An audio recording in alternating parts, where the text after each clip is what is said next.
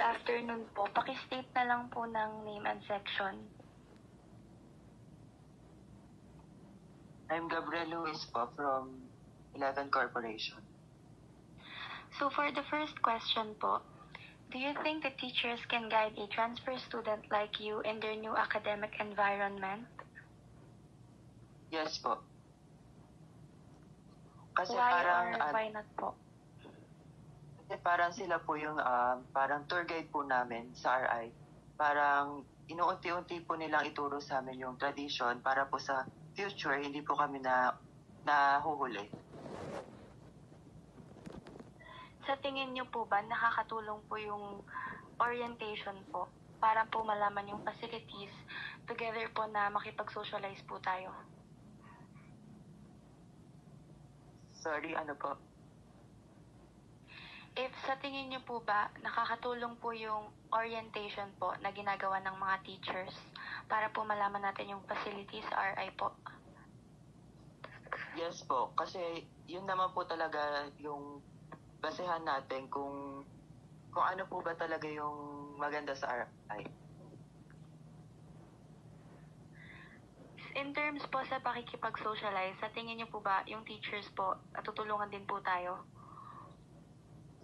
Opo, kasi po, yun nga, kasi sila na yung mas nakakatanda sa atin.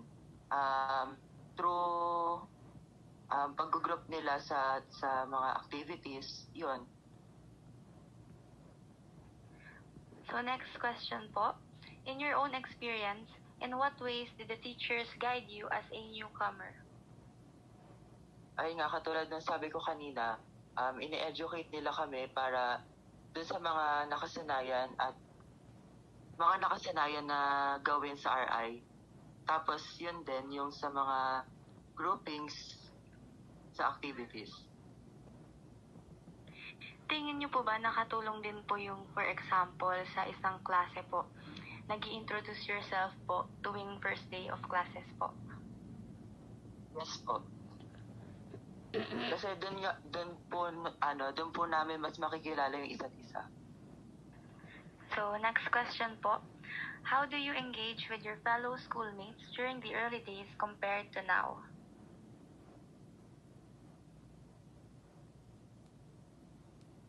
Sorry? So itong question po na to, how do you engage with your fellow schoolmates during the early days compared to now? Noong una, medyo nahihirapan pa ako makipag-socialize kasi medyo wala rin akong kilala dun sa section ko, kaya nahihirapan din akong kasi intimidating din silang tignan. Ngayon naman, okay na. Nahirapan po ba kayong makipag-socialize? Lalo na po, for example, meron na po silang parang circle of friends, ganon. Nahirapan po kayo makifit in? Opo, kasi may iba't iba naman kasing humor. So, yun, baka hindi ako fit. So, sa tingin niyo po, sino po ba yung una pong nag-approach? Kayo po ba or sila? Ako po, since na-nominate po ako as Vice President, so kailangan kong gawin yung position na naibigay sa akin. Noong pumasok po ba kayo sa RI, meron na po agad kayong circle of friends? Yeah, meron na po, pero nasa ibang section po, kaya medyo nahihirapan din po akong makipag-socialize sa section ko ngayon. So follow-up question po, does your regular engagement with your schoolmates enhance your communication with each other? Opo. Sa paanong paraan po siya? Ayun nga, through groupings din, kasi nagiging leader ako, so kailangan kong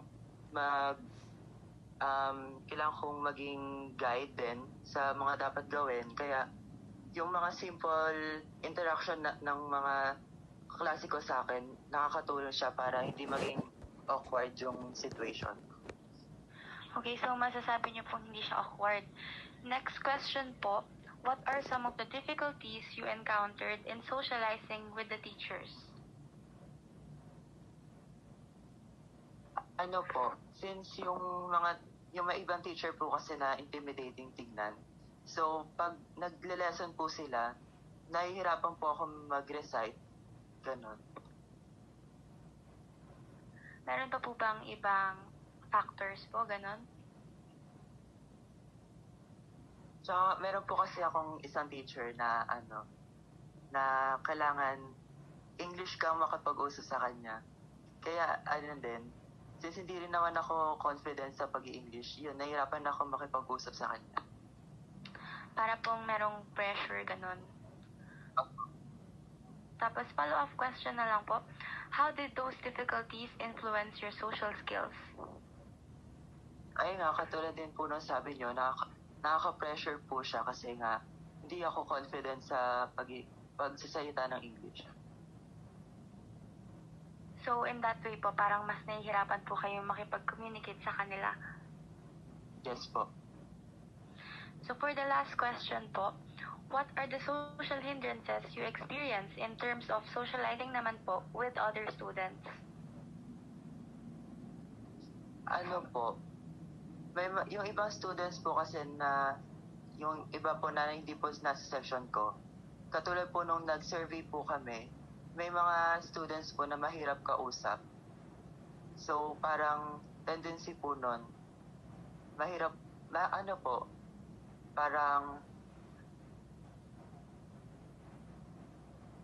parang meron nahahalong ines kasi nga sila, medyo makukulit.